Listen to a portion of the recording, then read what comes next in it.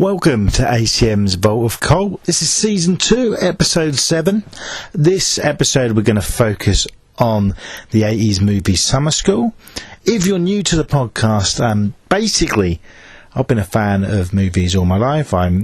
Just turned 40, and I show a film that I grew up loving that maybe isn't so well known or flopped or whatever to someone who hasn't grown up with it, to see whether in 2022, or if it was last year, 2021, people still appreciate a film like it or come into it with a different view, basically to see if it's a good film or I just like it for nostalgic reasons. This movie was a bit of a hit when it came out in 1987, in America anyway. Not too sure how it done over here. I grew up absolutely loving it. I first watched it when I was about 11 or 12, possibly a bit younger, I'm not too sure, when I recorded off TV and watched over and over again.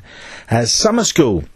Some of you may have seen it, some of you haven't. I will say there will be spoilers in this podcast, but it shouldn't really matter. This is a light-hearted teen comedy, really, that I don't think we can give away too much. You'll either like it or you won't. My guest again this episode is James Rowe, who has been on a few times now. Actually, he came on I think it was the first episode of this season. Has been a recurring guest ever since. Always a pleasure. I do like how he does his research. He watches the film and looks up facts and stuff about it. Well, it's always great. He works at King Street Cinema, which will be mentioning some of the things going on there soon. That's King Street in Ipswich. But you don't have to be from Ipswich to listen to this podcast. It's for film fans everywhere. After the main interview, I'm just going to have a little sort of run over of other films I've seen recently. And this is the chat I had with James about Summer School.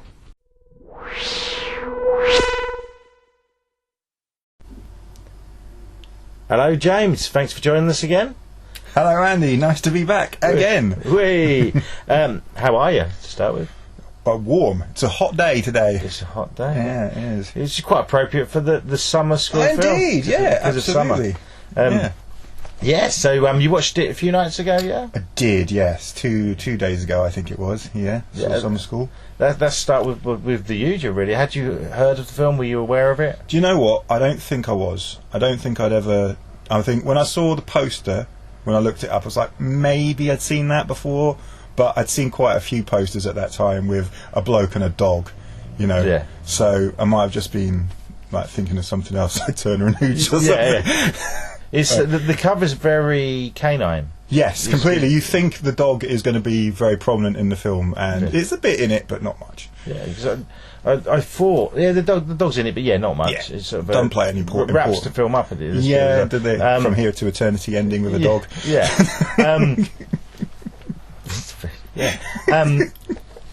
I always thought, more recently thought that they might have changed the poster to sell it sort of 2 years later when Turner and Hooch and Canine came out. Indeed. Yeah, but I don't think so. I think that was the actual cinema poster. They might be the first people to have that then. Yeah, that's originality.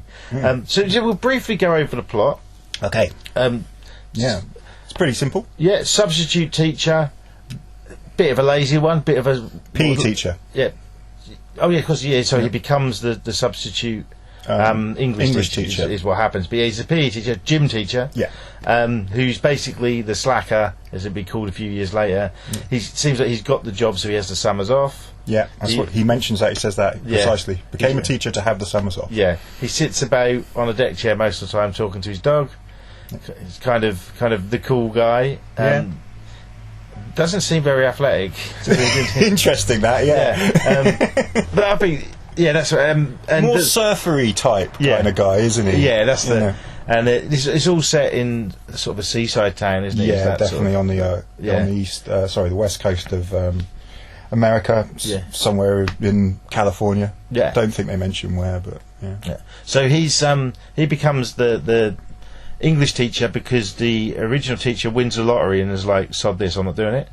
Yeah, a little cameo from the director. That's right. Carl Reiner plays the teacher. Yeah, and it's a group of misfit kids, very stereotype of the 80s teenager, which we'll discuss in a bit, and it's basically him getting them through the exam, isn't it? Yeah, absolutely. Yeah, the kids winning him over in a way because he doesn't want to be there. They don't want to be there. That's right. Yeah. That's make a 90-minute film out of this. Pretty much, yeah. With like some wacky scenes thrown in.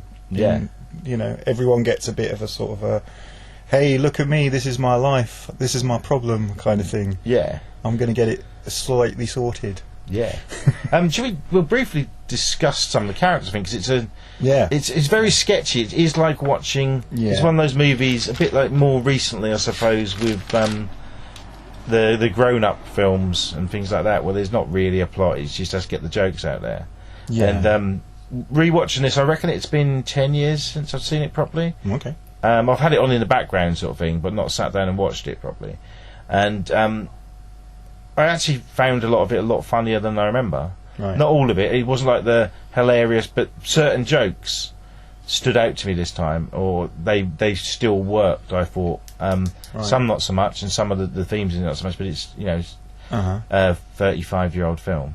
Yeah. So it's not going to be.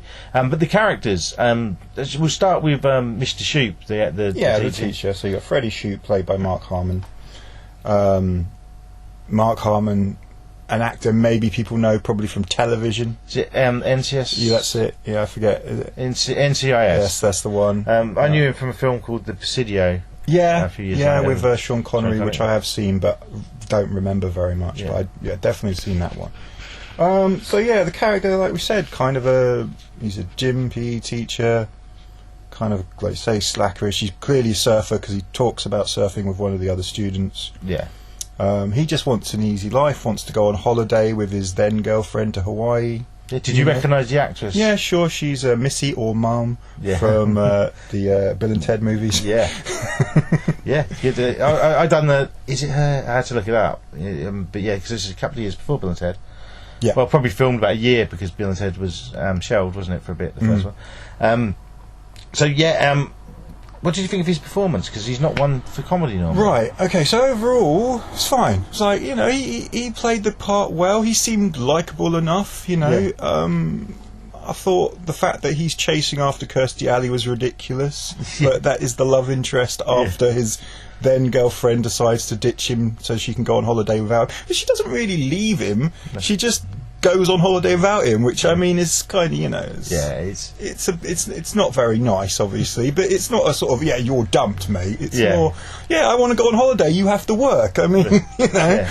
I mean, the Kirstie Alley character's got nothing in common with him. Absolutely nothing. But what he reminds me of a bit is Pete Venkman from Ghostbusters. Yeah, plays it a bit like him. Yeah, and therefore I'd sort of see her as a Sigourney Weaver type. Yeah, and so basically he's madly in love with her because of physical attraction. Sure, but it's Kirstie Alley, and I don't get it. Yeah. This was her first cinematic role. I'm not a huge fan. I like some of the stuff she's been in. Obviously, Cheers was great. Yeah, Cheers. And for comedy, I haven't seen them for ages, but I never used to mind Look Who's Talking film. Yeah, sure. When I was a kid, they were great. Yeah, she's done another film called Sibling Rivalry, which might have been Carl Reiner as well. I'm not sure. Don't know that one. Scott Bakula's in it. That's why I watched that when I was younger, from Quantum Leap. Yeah. And she did do, I think it was a TV movie, a comedy with Mark Harmon, called The Prince of Bel-Air a few years before this. I've definitely seen it. I don't remember anything about it. Not The Fresh Prince of Bel-Air. No. The Prince I think I watched it. It was one of the like this film recorded off late night TV as a kid. No idea what made me want to see it, but probably just like comedy. Maybe is why I recorded it. Sure. And I watched that one and remember because of this and the title because of Fresh Prince of Bel-Air, but honestly remember nothing about it. I do think Mark Harmon is really likeable in the role. He's not like overly sleazy or just kind of dickish or anything. He seems quite likeable. Like you think, that's a kind of a cool guy. You could hang out with him. Yeah, and that's what they're looking for. Interesting how he got the role. They were looking for a comedy actor, a name to sort of sell the film. And Carl Reiner was watching a mini-series about Ted Bundy. That's right. Yeah, no, I know this story. The whole sort of the smile that he did as Ted Bundy, because Ted Bundy, the serial killer, if people don't know, was apparently a very likeable guy. Like loads of people, that's how he got away with a lot of what he got away with, because he was just generally quite likeable and people liked him. He was quite handsome as well, apparently. And it was the smile that Carl Reiner saw Yeah. on his face. He was like, yeah, that's the guy. That's it, yeah. And I think in a way it works, having him, because I remember this film as a 80s comedy, not a, say, Chevy Chase film. Yeah, absolutely. You know, Yeah, and it's definitely not that. A big name can take away more. I mean, and you remember the teenagers in it more. Or these they're sort of growing up, and which we talk about. I mean, we sort of mentioned Kirstie Alley's character, she's teaching history for kids who want to be there. Yeah, they want to be over, and she's just quite straight laced. Yeah. Just she admits she finds him charming and stuff. Yeah, I mean, I'm not saying they don't have any chemistry. Yeah. They probably got on. You can tell. I think they probably got on very well. Just offset. You know, they probably could hang out and stuff. So they definitely have a bit of chemistry. But yeah, it's just because there needs to be a love interest. There's no real reason. And a little bit of conflict between Mark Harmon's character and. Is it Mr. Gills, the vice principal? Mr. Gills is probably my favourite character in the film because he is quite a ridiculous man, and he is completely. I was watching, I was thinking, right, if this was made today, that's Steve Carell. That's Steve Carell there. That's true. I didn't think of it. Yeah, but he's great. Yeah, no, he's brilliant. He's brilliant. He's just like the great sort of villain, teacher, principal type character. He's vice principal, isn't he? Yeah. And he just hates. Freddie Shoup's, Mark Harmon's character, just can't stand him. What I like is he initially loves the fact he's got to make him work over the summer, but then regrets it. Yeah. Played by an actor called Robin Thomas, who's mainly a character actor, a lot of TV. 137 credits. Wow. This guy, but I can't say I actually recognise him from anything. But also, just looking down the notes, The Deliberate Stranger was the Ted Bundy thing. Right. That's something I might actually look up. Yeah, I've never seen that. So, being a TV miniseries from the 80s, it might be quite hard to find. It's true. But Robert Thomas was great, and the whole, he's always wearing a suit. And, it's important. I mean, there is an important part here, because he's plot-wise, amazing. He is going out with the Kirstie Alley character at the beginning of the film. Is he at the very beginning? Because she sort of really flirts with him. This is something I was going to mention. See, I think they are going out. I think she just testing. It must be a new relationship. She's like testing the waters and seeing what he's like, sort of thing. But because they are pretty much they're together. Like the next moment you see them together. So I'm pretty sure they probably started a relationship. Yeah. It's weird how that's done, though. Yeah, it's not good. It's poorly constructed as as like a film. I'm like, okay, they're together then. All right. Yeah. But so that's kind of like again more the conflict between right now I have to win this lady over from this awful man, steal the girl, sort of thing. But no, he screws it up all himself basically. But there's a lot of humour there. But he's very. The stereotypical 80s villain. Yeah. Just stick him in a suit. And, exactly. He's got the hair, looking all serious and silly. Yeah. There's one joke in it, which I'm not sure... if it was done now, it would be executed a bit differently. When Mark Harmon finds out they're going out, he says he's surprised he's a heterosexual. Yes. Or something like that. But it's his response of, and a damn good one. Yeah. which is sort of the... that's how... That sort of saves the joke in a way. Absolutely, because otherwise it's just sort of queer bashing. Yeah. But that's... I'm going to get to the characters, but there's not that much in this film. I don't think we've mentioned some of the comedies we talked about before. There's a lot of jokes and humour you wouldn't do now. Yeah. I can't think of much in this. Not really, no. I mean, my complaints with this film mostly are not really what they do, just sort of more what they don't do, because they touch on quite a lot of serious subjects. And I know it's a comedy, but still they gloss over so much that I'm just like, wow, that's incredible. I mean, that's so 80s. That really is. Like, if these stories were told today, even in a comedy, they would be like, we're gonna mention this a little bit. We're gonna talk a little bit about these issues. I mean, there's some serious issues going on like here. The teenage pregnancy, male underage stripper, alcoholic teenagers. Yeah, that's something that is just a joke in it. The kids just getting drunk. Yeah. but they mention it a few times. It's not like they just. Well, he goes to court, doesn't he? Yeah. Yeah. I mean, it's kind of this is some serious stuff. Yeah. There's a scene where the two of the lads are caught underage drinking, and basically Shoot passes them on his roller skates, sunglasses on with his dog. Brilliant. Yeah. And basically lies to keep them out of trouble. Yes. And then he ends up in court because they think that he's given them the alcohol. Yeah, soliciting. Yeah. Anyway, we'll talk about the characters. Let's start with the. I'm trying to think of the male stripper character's just a bit.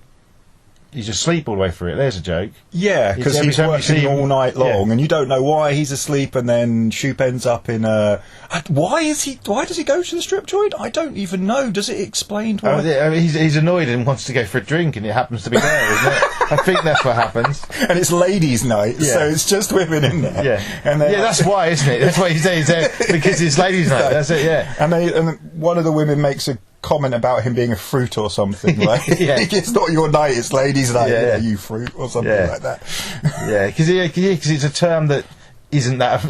It's not like some of the word used in Bill and Ted. Yeah, that's it. And then he realises. And it's like, oh my god, you're one of my students. Yeah, and then after that, he's really jealous of him. Yeah, well, there's a line he says, I hate that kid. Yeah. It's like, dude, come on, he's 17. Yeah. He's like, it's not like something you should be like, we have to sort this out. Yeah.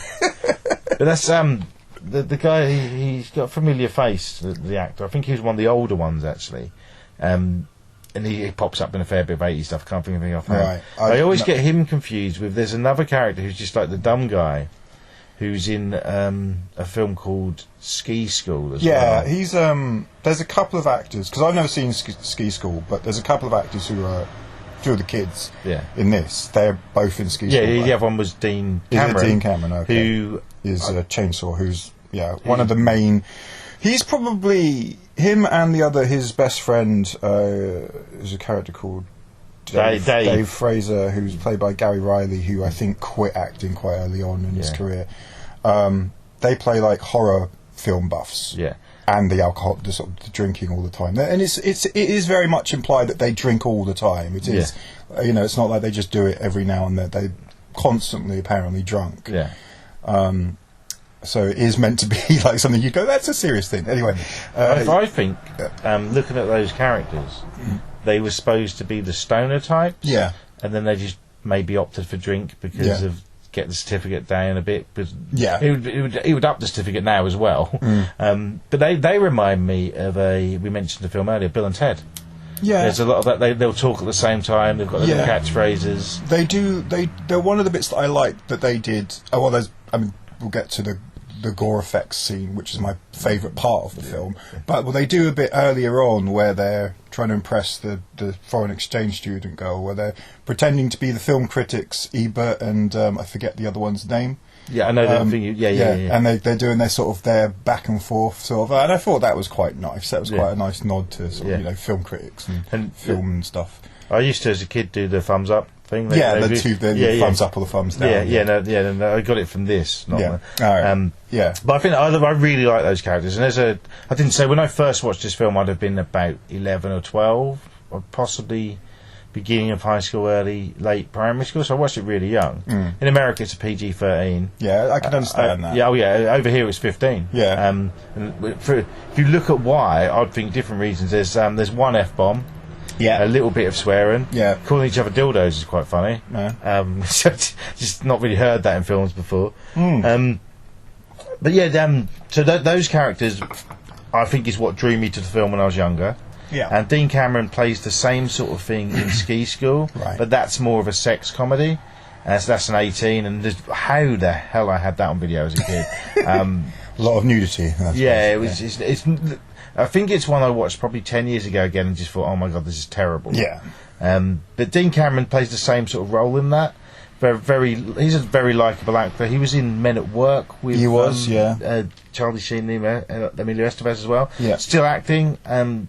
He's on Instagram and everything, posts a lot. And it shocks me a bit by looking at these. If you look up the guy who plays Dave, he looks like an old man now. Yeah. He would be, wouldn't he, when you think about it? Yeah.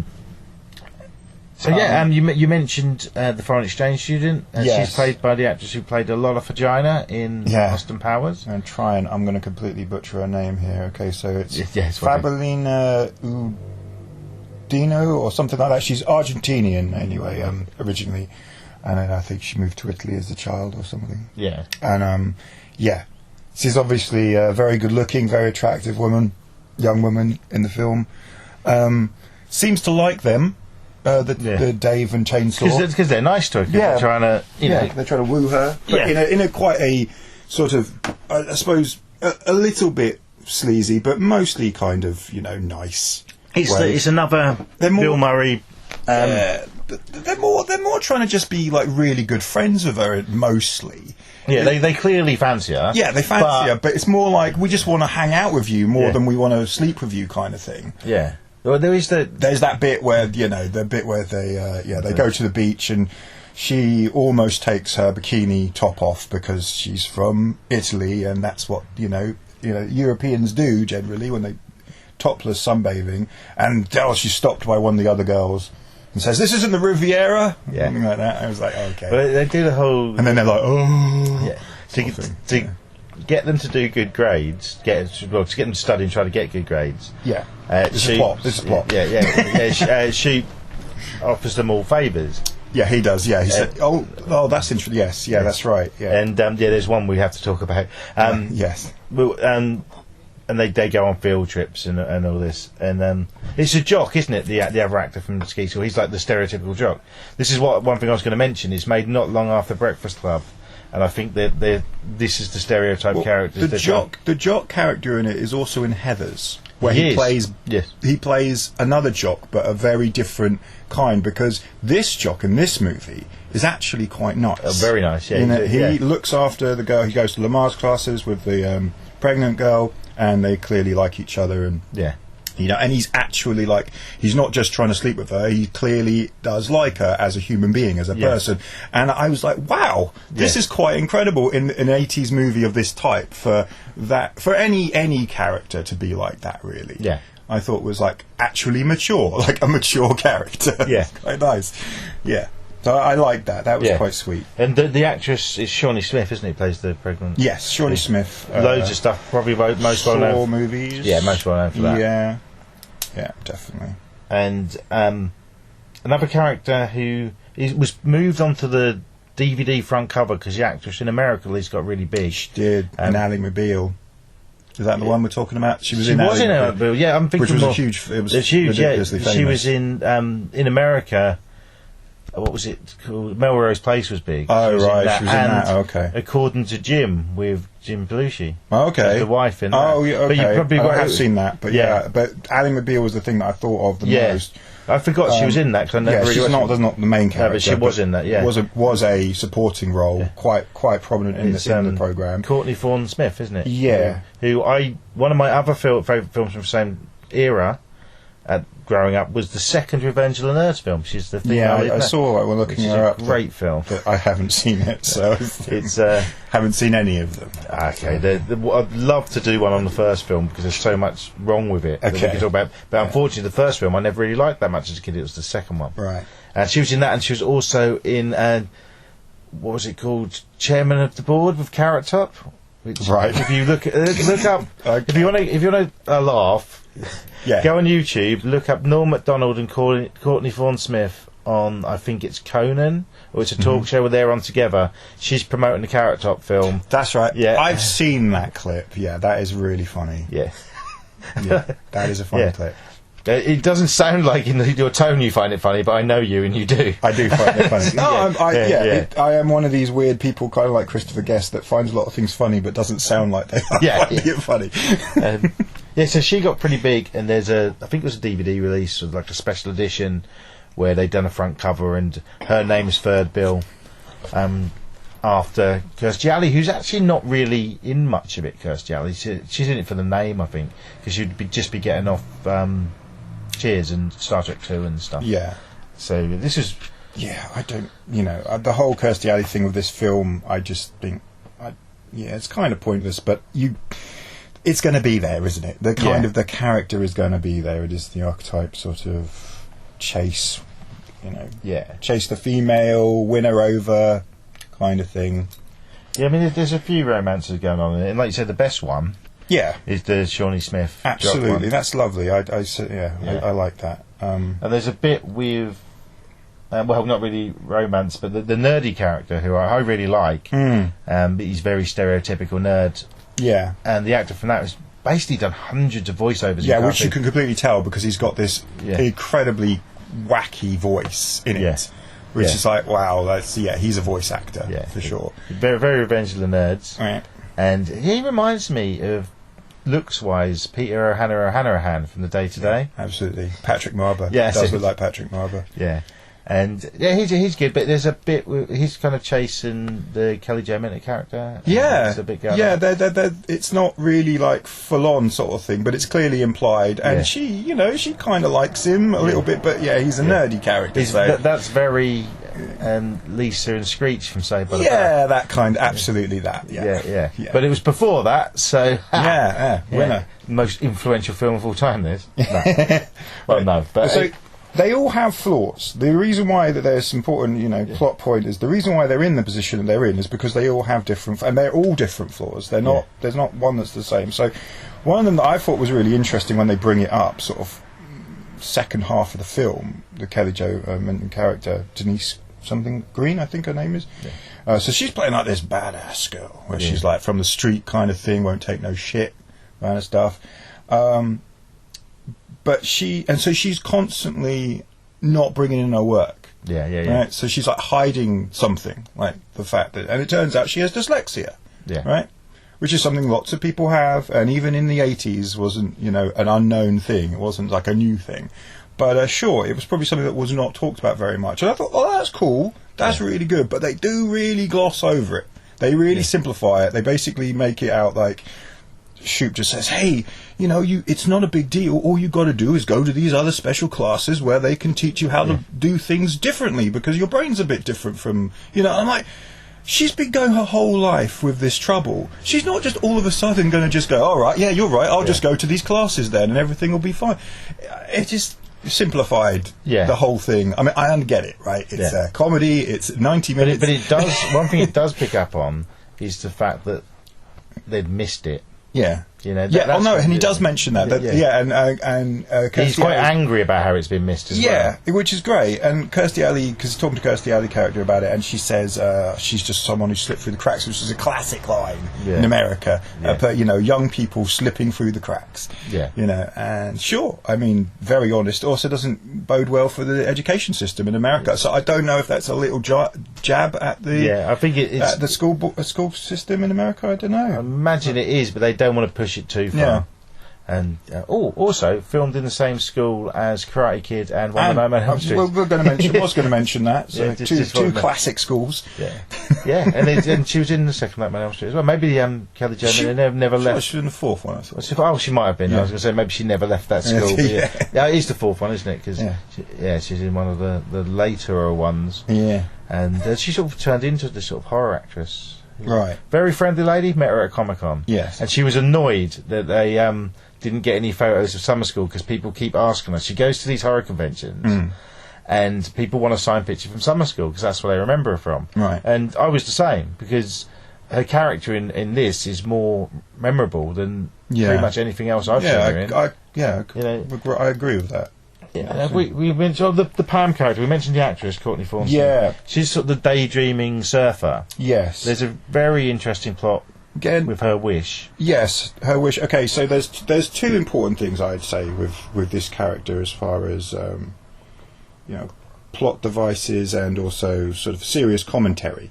So she ends up living with Shoop because she is in love with him. It's not an unusual thing for someone to fall in love with a teacher.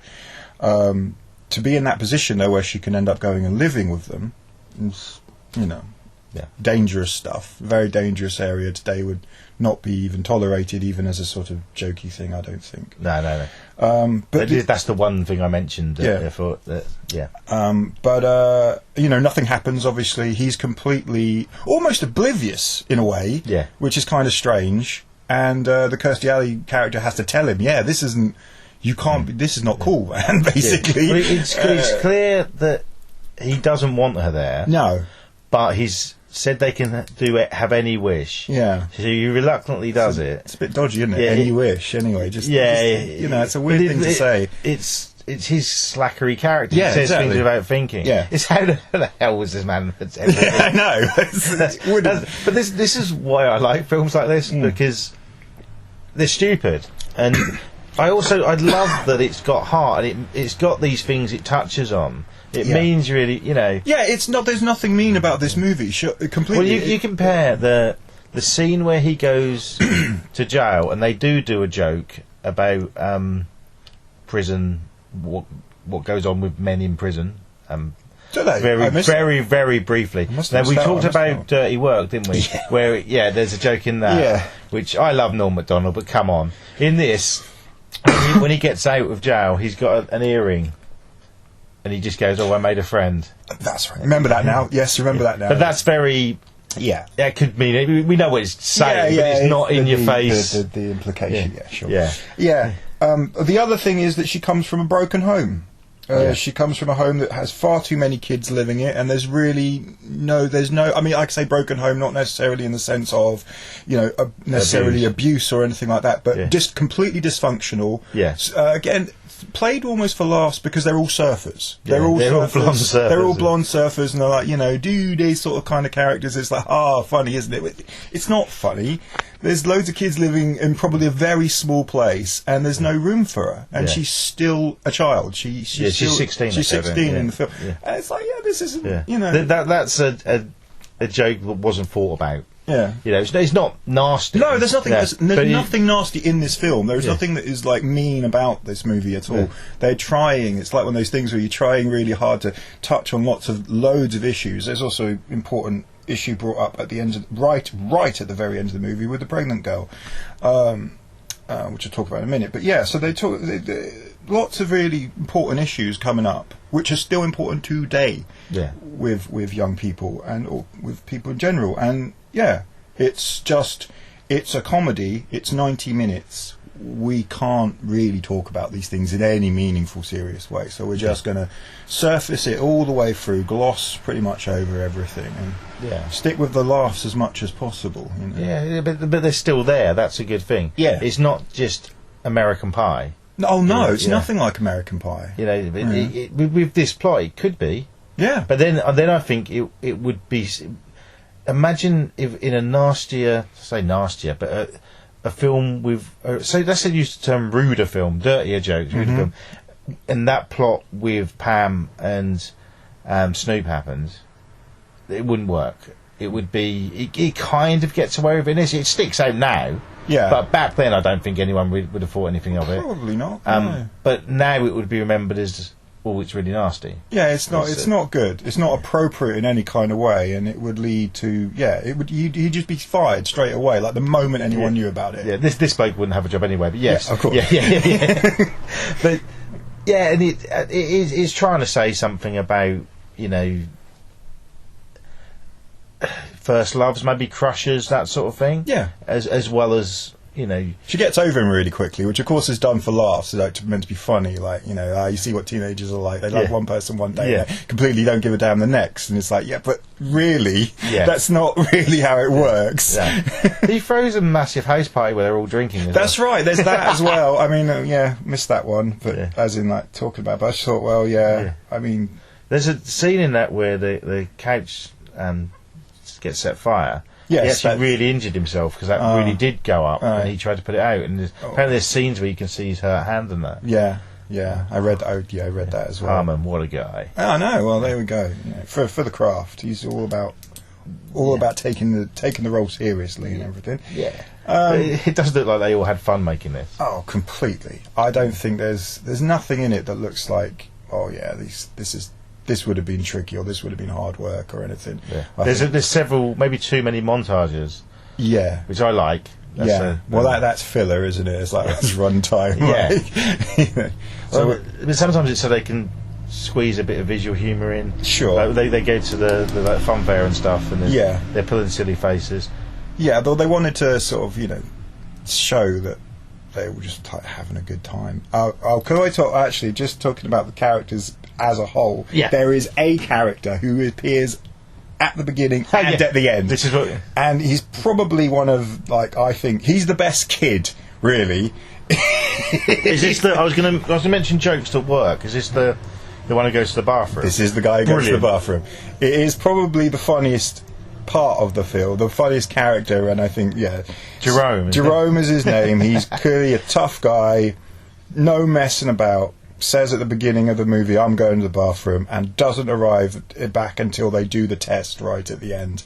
And he says he was asked, "Where have you peed?" And he's got the thing you have to take when you go to the bathroom to show that's where you're, in the halls, sort of thing. He says bathroom.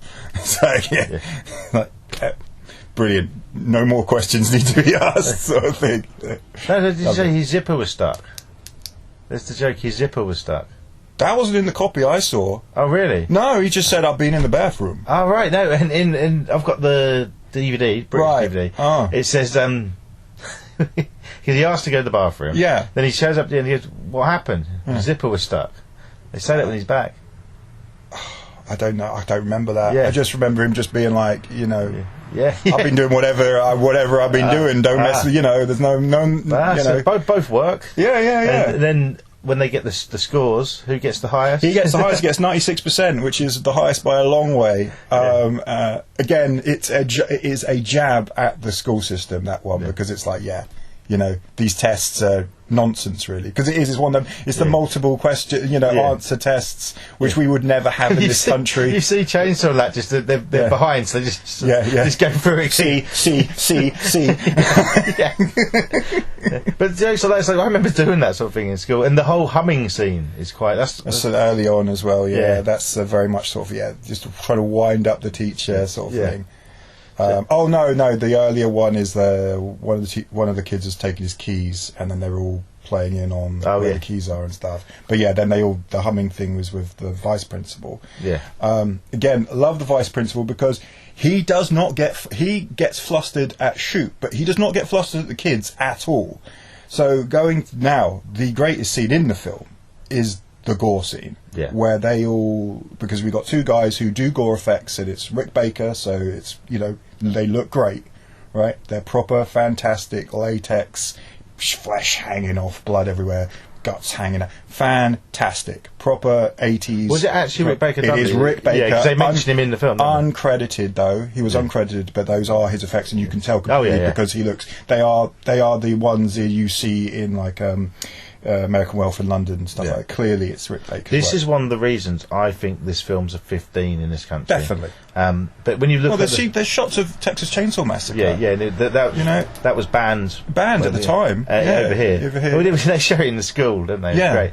And but if you look at why it's got on IMDb, it says scary skin, it says numb. Like they clearly. The gore looks great. Yeah, it looks fantastic, but it's really over the top, very silly, gory. So if you're squeamish, you'd be like, "Ooh, no, I don't like that at all." But if you like that sort of thing, you're like, "Brilliant, this is fantastic." And so there's a substitute teacher, and she's freaking out, like, "Oh my god!" And the vice principal's like, "Oh, for fuck's sake." It's them, isn't it? Bloody kids. The time and effort, what must have gone it's great. And that scene really stands out. It's funny. If you're into horror, that's cool. This is kind of thing. If you are into horror, this is a cool film. Because you've got obviously the Kelly Jo Minter. The references, the showing Texas Chainsaw Massacre in school. Even though the kids don't. The two who are massive fans of Chainsaw Massacre don't really seem to get the film for what it is. No, they just love violence and gore and but that film isn't got that. No, but I think they just like the craziness of it, and the Leatherface going and all that. Just they love all that kind of just insanity. I think is what they love. The bit was with the bunnies at the beginning as well. That's good when they go to the zoo and they just make out this killer. That's great. That I like and then with that as well, like everybody knows it's them mucking about apart from the exchange student. Yeah, but she loves it. When she realises that it's a joke and stuff, she goes, "Oh, it's great." That's she starts with, "It's a lie." It's a lie. It's like, oh, that's kind of cute.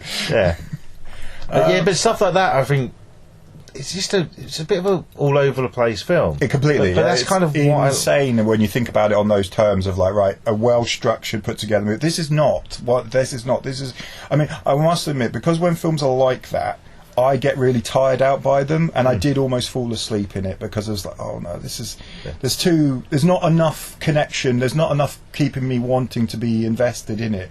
And so it's another one of those movies where I can like point out bits that I go, yeah, that was cool, that was nice, but overall as a movie, as a story, I don't care. It's meant to be that will they pass their exams, but do we care anyway? That didn't the fact that they don't care, doesn't. They just don't want to be there. But I do like that they didn't go for the whole. Oh well, they all completely reformed and changed and did brilliantly, because they didn't. No. A lot of them don't pass. But what they all do, which is important, and I think is an admirable element to the story. Is that they all improved, and then that's mentioned, and the point is like, yeah, look, they may not be great.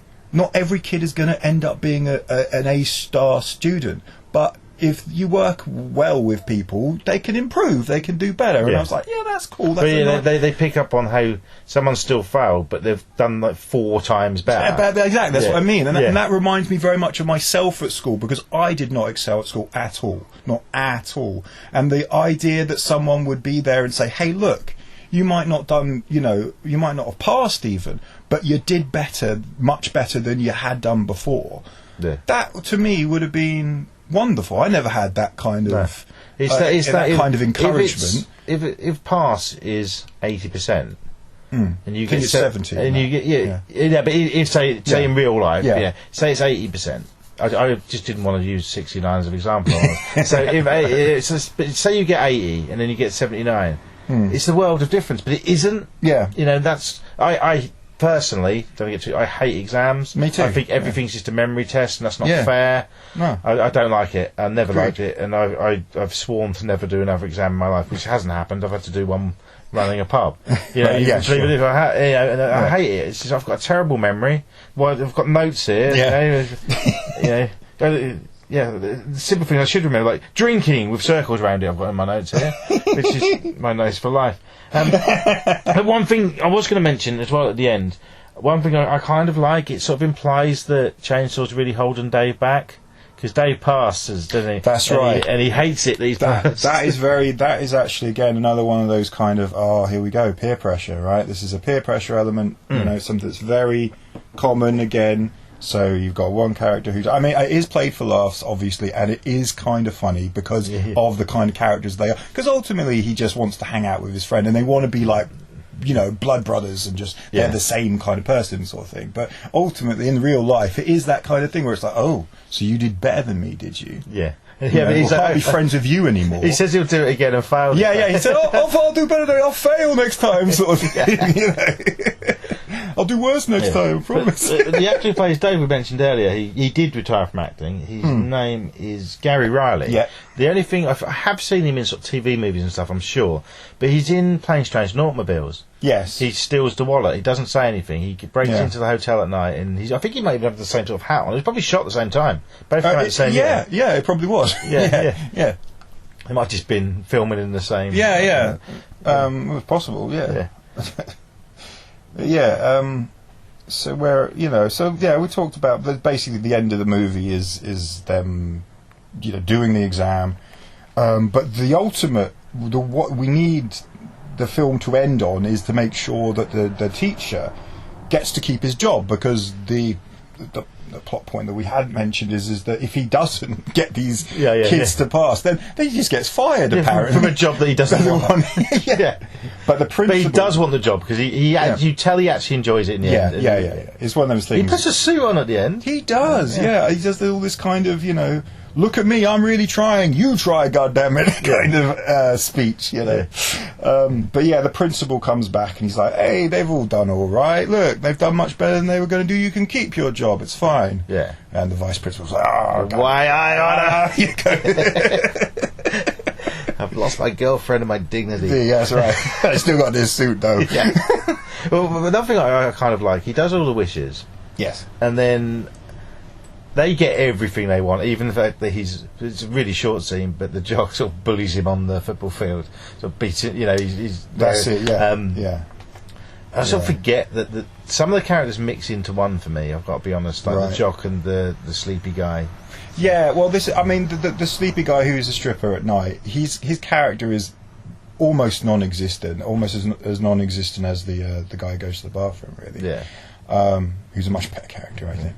But yeah, the jock character, because he doesn't play up the jock so much, he is like he's a nice jock who's like looking after the girl who's pregnant, and his wish, what he wants is he wants someone to help train with him when he just wants help. To train with the football and stuff. And Shoop's character is meant to be, he's a gym teacher, and football was like meant to be his thing, though he doesn't look like it. But the thing is, I read that Mark Harmon, he did all of the stuff, and he did play American football. Okay. Before when he was younger. So it's like, imagine this film if they wanted a comedy lead, if they got John Candy. I mean, Mark Harmon's far more believable. Yeah, sure. I think Bill Murray could have done it. Yeah, maybe. But then it would be. You can't imagine the way the film is being done with a real comedic actor, like someone where comedy is their bread and butter sort of thing, and you're expecting them to be like that. This is certainly more, though is a comedy, is more trying to feel a little bit more. It's normal. It's an ensemble cast, isn't it? Yeah. Like we said before, it would take the emphasis away from the other characters. Sure, that's right. Yeah, it's not like this film is his movie. And it's not, it really isn't. No. It really isn't. Even though he is good in it and charismatic and stuff, and does lead the film well, you don't go, oh, right, well, it's all him, Yeah. Because it's not all him. No. Like Chainsaw and Dave they're the memorable They're more memorable, I'd say just as memorable, maybe even more so, and have a lot to say within the film as far as the direction that the film goes in, and the pacing of the film is very much more on their level. Yeah. Just a few more things I want to mention, actually, because we're up to 45 minutes already. This is mad. I was considering putting this with another film and making it a double episode, but I don't think I will. I don't think I'll have to. Okay. Which is great. But you mentioned the horror scene. Yeah. Did you read that they filmed that on Halloween? Yes, so they could all go out. They could all go out and basically, be wearing the same. Well, yeah, great. I mean, that rubber latex stuff is not cheap, and that looks amazing. Just looks incredible. Like you went out in that. If you went anywhere, anytime, even today, to people are like, it's incredible. Where'd you get that from? Sort of thing, Do you think if they remade this, that bit would be done with CGI?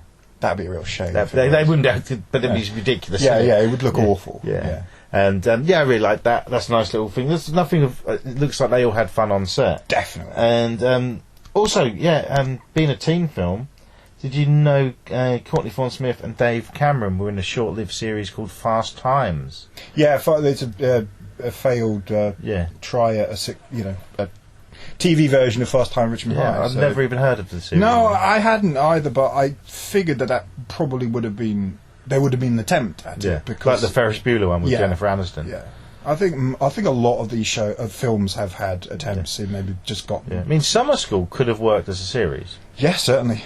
Yeah. I mean, like Saved by the Bell. In a lot of ways. Yeah. So it's better than Saved by the Bell. Oh, it is much better than Saved by the Bell, but it's that kind of thing. It's that element. You could do it more as a drama comedy more than a straight comedy.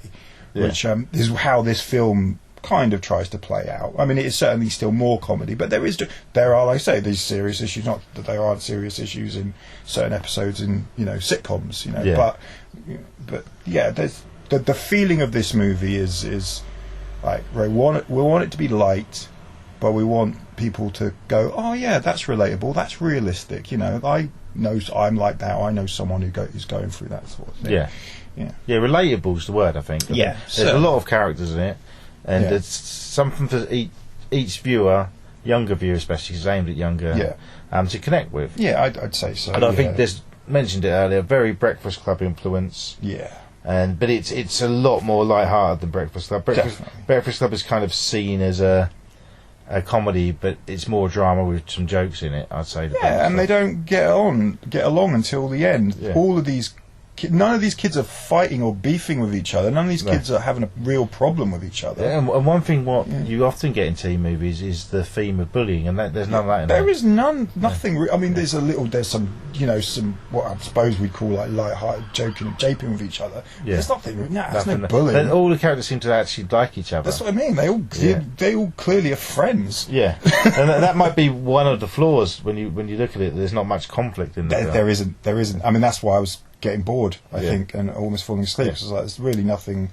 holding me, like story wise. I could just say, okay, we're sort of plodding through, Yeah, but do you think you'd have enjoyed it more watching it as a sort of 10-year-old?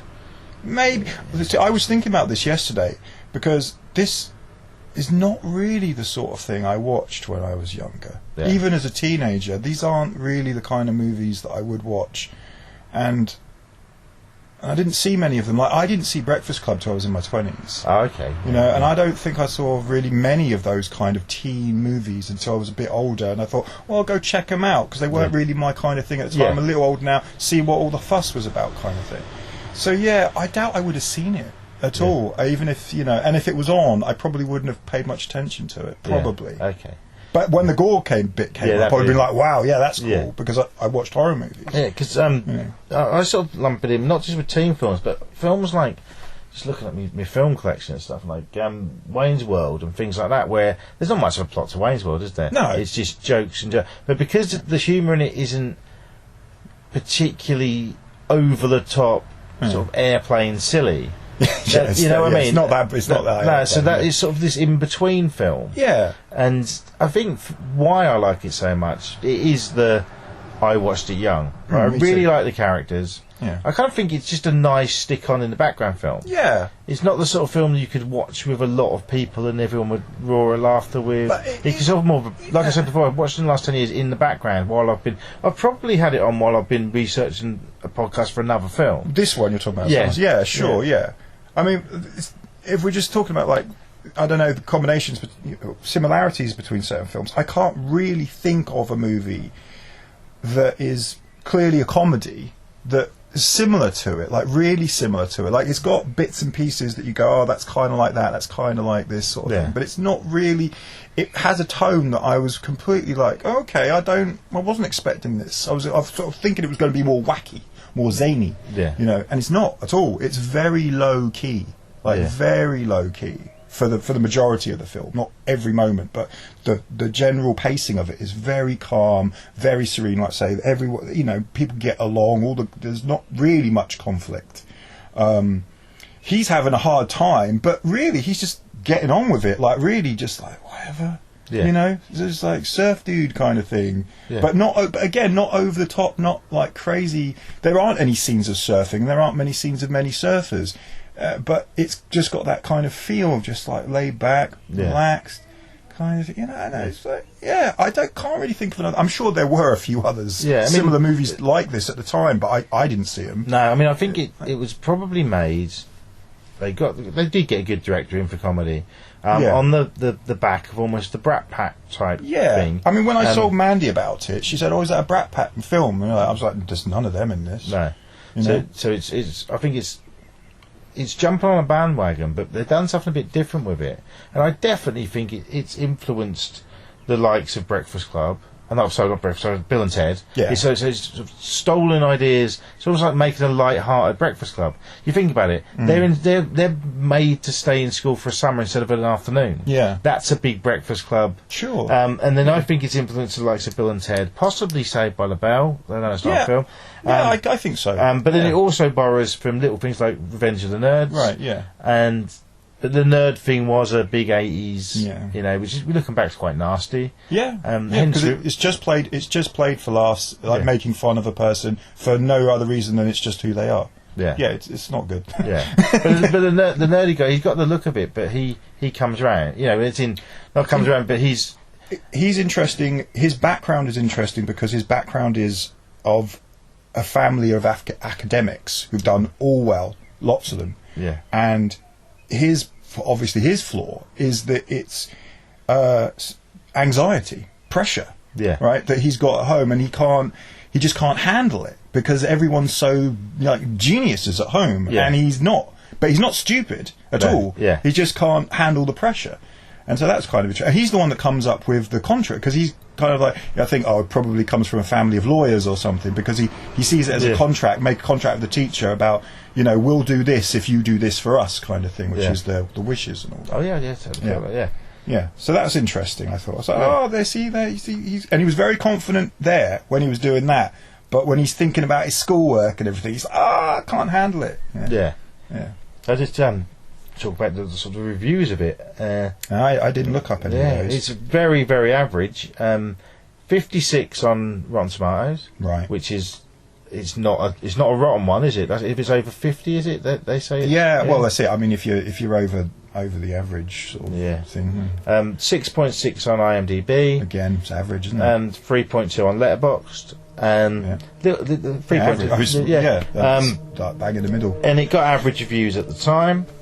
I think it done okay at the box office. I forgot to look up exactly what it made or its budget, but it was the 32nd highest grossing film in America that year, which is it's all right. It's not, it probably wasn't much budget on it, so no. So it probably made money. Yeah. But I generally think that looking online in a lot of 80s film groups and stuff, it doesn't get mentioned as much as Fast Times, Breakfast Club, but it does get mentioned. When you posted on your Facebook that you were watching, there was GIFs of it when I went to comment. So it's I think it's in America at least a little bit of a cult film. It must be, yeah. And over here probably not so much. I can remember. I can't really remember ever seeing the video case anywhere. Possibly did, and it passed me by because it almost looks like a kids' film. Yeah. And but a mate of mine, one mate in school, really loved it. Right. And he would have rented it, I think. Okay. Well, there we go. So it must have been about that. Yeah. But I just remember it being on TV recording it. Right. It was that sort of film. I re-rated this when I rewatched it, and for me, just talking about it makes me think the plot lets it down, but it's a fun film. And for me, it's almost like a comfort film now. Yes, I can completely understand that. Completely. Yeah, so I'm still going to give it a 4, personally, which isn't too far off the actual... Well, it is. It's not too far off Letterboxd, where they gave it 3.2. Yeah. So I don't feel less bad about myself now. Right. Okay. Yeah, so out of 5 for you, sir. Being completely honest, I'd have to just give it a 3. Yeah, that's fair. It gets just a 3. Like looking over it completely as a whole, if I was going to be really, critical and look into it more from the technical point of view, it would be getting a 2. Yeah. But I think overall as a film, I can understand why you appreciate it. I could see why people who were into those kind of movies could look at it nostalgically now. It doesn't have any of like the real horrors that you see in some 80s movies where you go, that's awful, that's just disgusting or whatever. It's nice. It's a nice film. Yeah. So, And that's with the themes in it, it could have gone the way of the last one we done, The Legend of Billie Jean. Yeah. Which I still really like. I see these two films as completely different. Definitely, completely. But they came out not far apart, and they've both got the same sort of teenage themes. Yeah. But it's different takes on it. Completely. But Carl Reiner, I love his work with Steve Martin. Yeah, I know. But I can see, if you look at the films he done with Steve Martin, The Jerk was a massive hit, the first one. Yeah. Then they done after that, I think, was Dead Men Don't Wear Plaid, which bombed. Yeah. All of Me bombed, and The Man with Two Brains, even though all these films were remembered well, but they all bombed. Yeah. And I think he wanted a commercial film. Sure. And that's why he done like this and Summer Rental and things like that. Yeah. Afterwards, his last film, I think, wasn't it Fatal Instinct or something? He probably got into the Zucker Brothers rip-off film. Oh right, yes. Yeah. Did he work with them? Well, it's that sort of humour, right? Because like Hot Shots wasn't them, but the same sort of thing, wasn't it? Yeah. So he sort of done that, and I'm sure possibly his last film was like a Bette Midler comedy. Probably. I personally don't know. I only really know Carl Reiner from the Steve Martin films and working with Mel Brooks. So that's He's really a Dick Van Dyke writer as well, wasn't he? For Dick Van Dyke Show, which is a sitcom I actually really like. Yeah, I think it stands up hilarious. Really well. Yeah.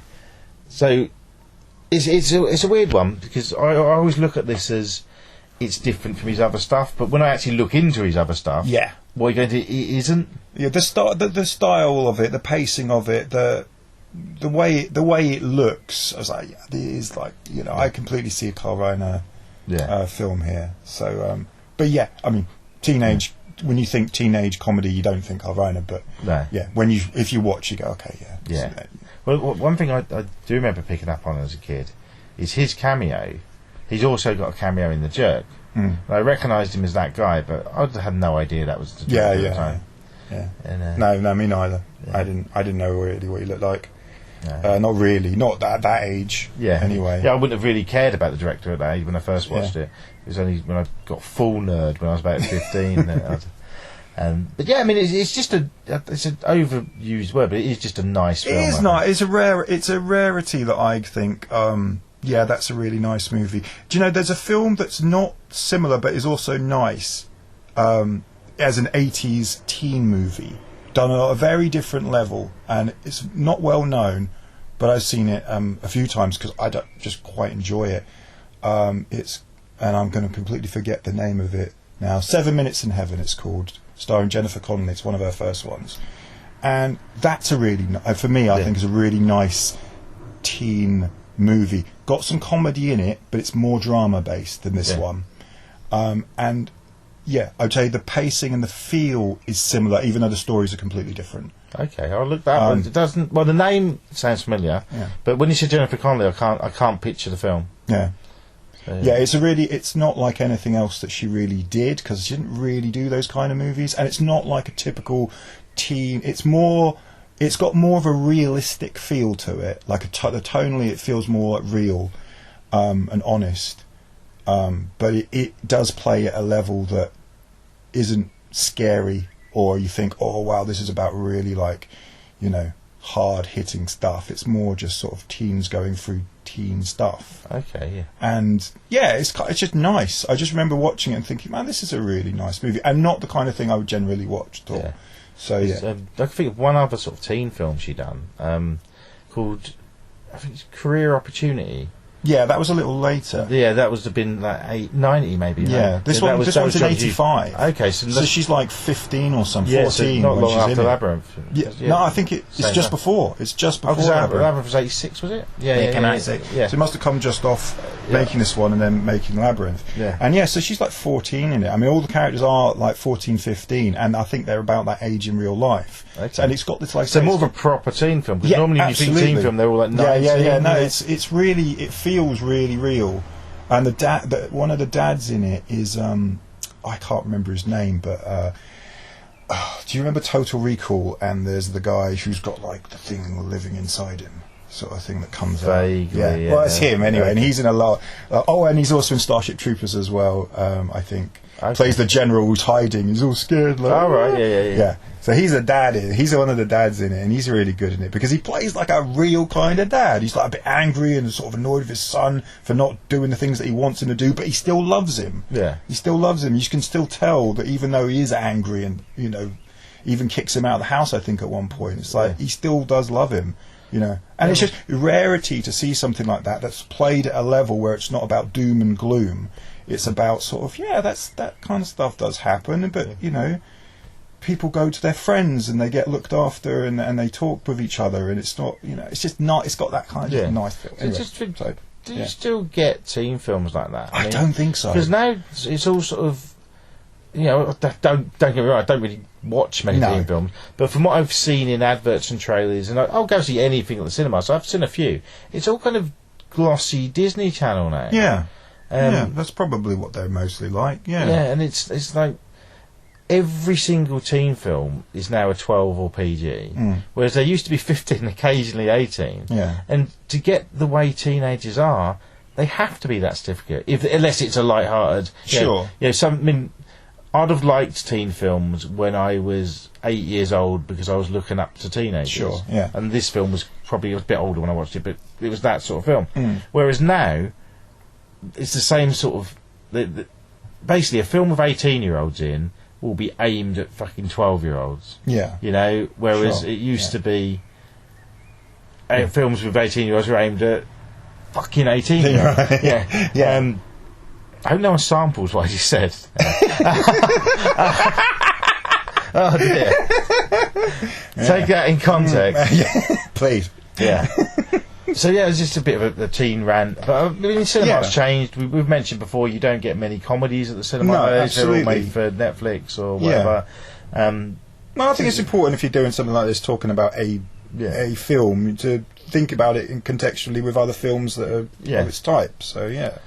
So, I will have a moan about things that are made for streaming, but it's no different to when we were younger. Films were made straight for video. Sure. You know, so it's not really that. No. Yeah, it's not that different. No. But one thing I'm going to mention, I'm going to plug the place where you work. Okay. Mention always like 80s that. films. That's King Street Cinema in Ipswich. The 1982 season. Yes. I think we've mentioned this before, but you're showing at least one teen film from that. Yeah, year? we're doing the Fast Times at Richmond High. So is that one you particularly like? No. Nope. But it is certainly a cult classic, and you will see, if you've never seen the film, understandable. No, it is certainly, if you're interested in these kind of films and have seen other teen movies, this really, in a lot of ways, is the beginning. Yeah, Fast Times at Richmond High. It's 82. It has loads of tropes that you will see again and again and again, and other characters and activities that they get up to and everything else. It's stylistically really important for that genre of film. Yeah. I mean, it's one, I've only seen it once. I've actually recently bought the Blu-ray because I want to listen to the commentary and stuff. And Nicolas Cage is one of his earliest films. It has one of the important things, again, another one of the important things about it is that it has so many actors that cut their teeth on, the beginning of their career is here with this film. The Right Honourable Judge Reinhold's in it. Indeed. So you got Sean Penn playing a fairly major character. He ended up on the front of the cover, even though he's not really the main character, because there isn't really a main character in it. It's an ensemble movie. Yeah. But he plays this surfer dude kind of character, and he has catchphrases that got into the sort of vaguely mainstream in America anyway, especially. He's also the person that brought into mainstream culture the Van shoe.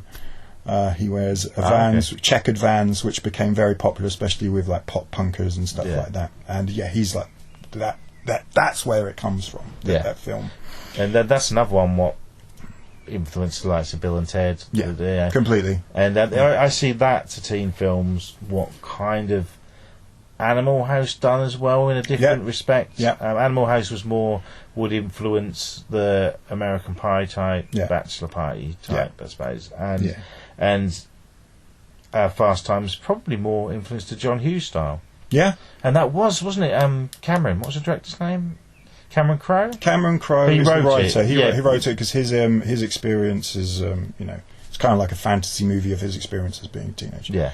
So he went on to do Almost Famous, Singles, loads of stuff. He done Jerry Maguire, didn't he? Did. Yeah. So. It's directed by Amy Heckling, who is she the one that did the Look Who's Talking movies, or is that? Clueless. Clueless. That's what she did. Okay, that's good. Clueless. Yeah. That's okay. That makes sense. That's sort of, she done an iconic '80s teen film and then an '90s one. That's cool. Yeah. Right, we should probably wrap things up. Okay. We've talked about Summer School a lot longer than, and we've gone off on one about teen movies. But I mean, just mention quickly. Just wanted to point out the thing with the pregnant girl at the end, which I had mentioned earlier. That right at the end of the movie, they're all hanging out, and she's just had her kid, and but she doesn't have her kid with her because she's put out for adoption. Which again, very important piece of social commentary with pregnant teens and what happens to their children. And she makes a very important, crucial point that she's not ready to be a parent, and they all they all agree. But in a very sort of okay kind of way. So sort of not saying you're right, you shouldn't because that's so leading the plot wise to probably might have even shot an alternative in that they become a couple and look after a kid. And it's kind of nice. It's saying you don't have to. No, you don't have to. I mean their relationship again. They don't really It's not like they're full on in a relationship, in a physical one. They're just hanging out, being close, being together as a couple, which is really nice. Right? It's really like good, friends looking after each other, Yeah. It's great, yeah. So I wanted to make that point about the pregnancy and adoption and all that. With a lot of these characters, there could be a 90-minute film about any of them. Yeah, sure, absolutely. Yeah. And obviously that can be a hindrance to the film overall. So you're throwing up all these really important ideas and you're just glossing over them, basically, which is what the film is doing. And I'm not really a big fan of that kind of filmmaking, which why I wouldn't score as highly as perhaps it would, is if they had touched on things on a more sort of, on a larger scale sort of thing. But just looking at it from a broader point, it is good that they are looking at these ideas and they're talking about these ideas, and they're not scaring anyone away from them. Hopefully, with being able to talk about them. Teens being able to talk to their parents, being able to communicate with other people of authority figures and whatever, teachers and whatnot. And it's not one of those where all adults are stupid or all adults are horrible. That's what I mean. Yeah, so you can actually, hopefully, you could look at it as a teen and go, I can talk to people, I can communicate with adults. So and the only really horrible adult character is this big cartoon of a character anyway. Yeah. And then even you did point out, which is true, he's not really horrible to the kids. He's just like, oh, God's sake. Yeah. He clearly doesn't like them. Yeah. He should also, even though he's a better teacher, probably shouldn't be one. No. No, he's a very silly character, but he's quite he's fun, and I like the fact that he's not the butt of the joke in the sense he's not doing pratfalls. He's not, the kids aren't like getting the better of him. He's just like whatever. He's not like sitting in his office with a dartboard with the kids' faces on it. But the way I see this is the two teachers, him and Dan Shoop, are. One of them is the teacher we all think we've got, and we actually haven't. And the other one's the teacher we all want, which we don't want. Yeah. You know what I mean? It's that sort of look at it. Yeah. That's totally how it is, I think. Yeah. So I agree with you on that, I think. Yeah. Okay, well, thanks a lot. Hopefully we'll get you back for another one soon. Yeah, certainly. Yeah, great. No, it's good fun. Good fun. And coming soon, Summer School 2. There was going to be, I think there might have been a remake. I just want to mention that, and I think even there's another film called that. Right, and Adam Sandler's company, the Happy Madison, they were scheduled to, or trying to get funding to make a remake of the movie. Okay. So take what you will with that. Yes, well, I did see there was a more recent film called Summer School. Yeah, no, but that's Adam Sandler was in interest to make a remake. Wouldn't it be great if they'd done a follow-up series set like the next year, but it's the same actors, just like the Steve Buscemi'd up to the teenagers. That would be amazing. I'd fund that. Excellent. Well, okay. Thank you very much. Right, see you later.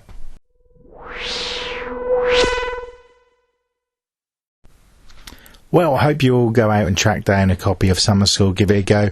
Don't forget you can leave messages, comments, that sort of thing on our Facebook and Instagram.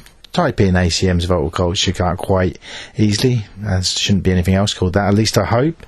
And just sort of touching on the teen films there, and the episode before, as we mentioned there, we'd done The Legend of Billie Jean, another 80s teen film. I'm just going to quickly do a top 5, not necessarily in the order, but 5 other more or lesser known 80s teen movies that people may not have seen and I'd recommend.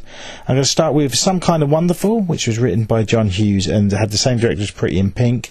Sort of towards the end of John Hughes' sort of heyday in the teen movie. I think it might actually have been the last teen movie he'd done, certainly in the 80s. Leah Thompson stars in that one. I really like it, actually. I think I prefer it to Pretty in Pink. Didn't do as well.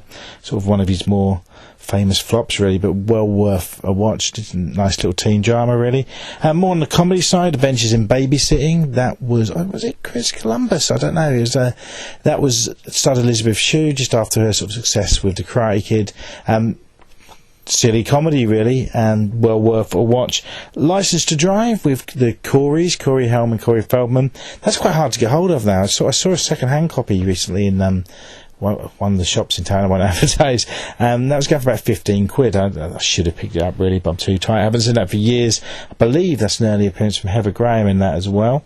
Lucas, a really nice drama about a teenage nerd. That's also starring Corey Helm. So many sort of stars in that sort of before they were famous. Charlie Sheen was in that, and Courtney Thorne-Smith from Summer School was actually in it, I believe, as well. And finally, 18 again, body swap comedy. There was a few of these in the 80s. This one kind of got overshadowed by Big, like most of them did, but it stars George Burns as the old guy, and swapping bodies with an 18-year-old. Really like that film. I think that's on Amazon Prime. Probably dated a lot. Might be one worth doing a podcast on. I don't know. I mentioned in the last episode some of the stuff was coming up. There's loads of episodes got planned. Actually, I've really got on it. I don't want to reveal too much. The Nicolas Cage one special will happen though. That's I've got someone to do that with, and just waiting on other people. Really, you might have seen on our social media there was going to be an episode about Return of Swamp Thing. That's still happening. It just got delayed because of getting people together to do the interviews. Really, but that will happen. I need to rewatch that film before that as well. Hopefully, we'll watch it together and do the podcast straight afterwards. And I will be talking about some Asylum films as well. That's another thing that I want to review a cheesy Asylum B-movie, more modern B-movie sort of rip-off type film each episode. I've watched a few, just haven't written any notes up. I wanted to get this episode done, so apologies, but there will be some of those. That should be fun. And what have I watched? I'm going to recommend stuff that I've watched recently. I rewatched for the first time since 2006 the New Zealand comedy horror Black Sheep. That's insane. Do watch that if you haven't already seen it, and if you have, watch it again. Really good. I think that kind of got overshadowed by other. I don't know how close it was to sort of Shaun the Dead and that sort of thing, but it's really amusing. The effects are great as well. Lots of practical special effects and that. Rewatch Willow. There's not Netflix, a Disney Plus series of Willow coming very soon. The film 1988, produced by George Lucas, starring Warwick Davis and Val Kilmer. Directed by Ron Howard. It was meant to be sort of the next Star Wars thing for George Lucas. He had a few goes at this, and Willow's remembered really fondly. I still really like it. I don't think it's anything on Star Wars, but a really enjoyable movie, and I'm looking forward to the series. It should be cool, shouldn't it? And hopefully it won't be one of those that gets slated whenever there's been a while till there's a sequel, whatever it comes out, and then everyone seems to moan. But I really look forward to it.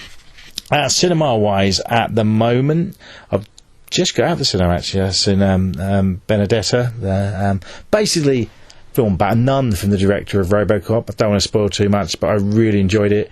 It's insane. It's an 18 for a reason, so that might be worth watching it for that reason. But everyone's raving about The Northman at the moment. I thought that was okay. I thought this was insane, and I totally preferred this. And I'm off to see tomorrow night the remake of Firestar. Well, not a remake, sort of a redoing, because it's a Stephen King novel. That's getting really average reviews, but I'll let you guys know what I thought of that on the next episode, which hopefully will be out in a week or so, a few weeks. Who knows? We just do these things when we can. But as I say, thanks a lot. Thanks so much for listening. Get in touch. And as I said before, any films that you think I'd like, give me a shout. And it's not just about me. Let's talk about films. There's lots going on the Facebook page when it works, which we had trouble with today, but I think it's back.